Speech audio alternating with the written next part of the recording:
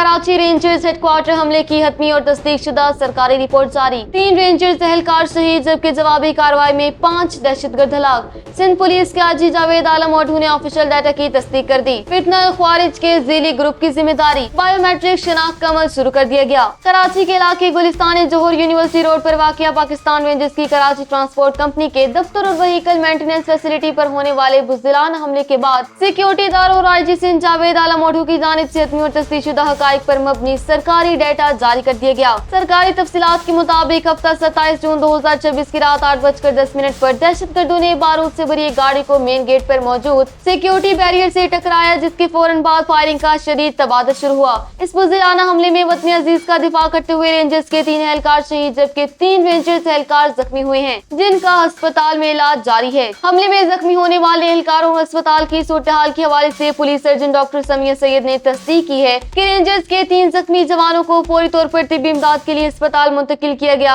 Doctor Samiya Syed के मुताबिक लाए गए जख्मियों में से एक पैरामिलिट्री जवान ऐसा था जिसकी टांग पर गोली लगी थी और अस्पताल कमला इन जख्मियों को बेहतरीन तबी सहूलियात फराहम करने में मसरूफ है। दूसरी जानिब जाए वक्फा पर मौजूद एक छठे हलाक शख्स के हवाले से तफ्तीश इंतहाई हसास मरहले में दाखिल हो चुकी है। सिक्योरिटी इदारे इस बात की बायोमेट्रिक और दीगर जराए से तस्दीक कर रहे हैं कि आया वो छठा हलाक शख्स दहशतगर्दों का साथी और सहूलतकार था या कोई आम राह चलता सिविलियन शहरी जो बदकिस्मती से दोनों तरफ से होने वाली शदीद फायरिंग की जद में आकर जान की बाजी हार गया। ईटी फाउंडेशन और दीगर रेस्क्यू जराए के मुताबिक धमाके की शिद्दत और शीशे टूटने या करीबी सड़क पर होने की वजह से कम अज कम 2 से 3 राहगीरों के मामूली जख्मी होने की तलात है, जिन्हें फौरी तौर पर करीबी अस्पताल मुंतकिल करके तिब्बी इमदाद फराहम की गई। हमले की जिम्मेदारी कलदम तंजीब फितना और ख्वारिज से अलग होने वाले ग्रुप जमात अल अहरार ने कबूल की है, जिसका नेटवर्क मुबैना तौर पर अफगान सरजमीन से ऑपरेट हो रहा है। सिक्योरिटी हकाम ने हलाक होने वाले दहशतगर्दों की बायोमेट्रिक और दीगर जराए से बाकायदा शनाख्त का अमल शुरू कर दिया ताकि उनके नेटवर्क और अफगान ताल्लुक के बारे में हतमी शवाहिद इकट्ठे किए जा सके।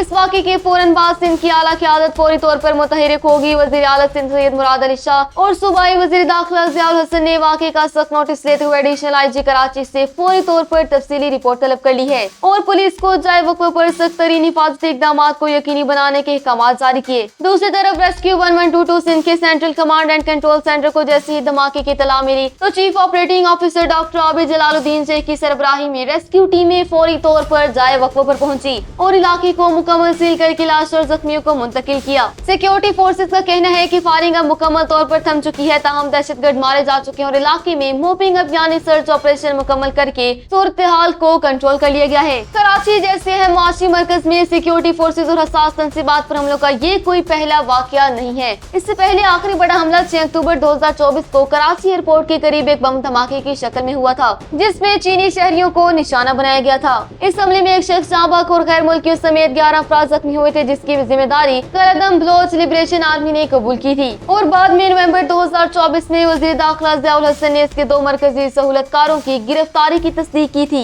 इससे कबल फरवरी 2023 में शारा फैसल पर वाक़ कराची पुलिस ऑफिस पर कलदम तहरीक तालिबान पाकिस्तान के दहशतगर्दों ने हमला किया था, जहां पाक फौज की SSG कमांडोज रेंजर्स और पुलिस ने घंटों तवील ऑपरेशन के बाद 4 जवानों की शहादत के बदले तमाम 3 दहशतगर्दों को मार गिराया था। मुल्क की सतह पर अगर सिक्योरिटी पोजीशन का जायजा लिया जाए तो Pakistan institute for conflict and security studies की हालिया माहाना रिपोर्ट के मुताबिक मुल्क में सिक्योरिटी की सूरत-हाल तेजी से अबतर हुई है। रिपोर्ट के मुताबिक खैबर पख्तूनख्वा और बलूचिस्तान में दहशतगर्दी की लहर में अचानक 27% इजाफा देखा गया, जहाँ सिर्फ 1 माह के दौरान मुल्क भर में 128 दहशतगर्दाना हमले रिकॉर्ड किए गए हैं, जबकि इससे पिछले महीने ये तादाद 101 थी।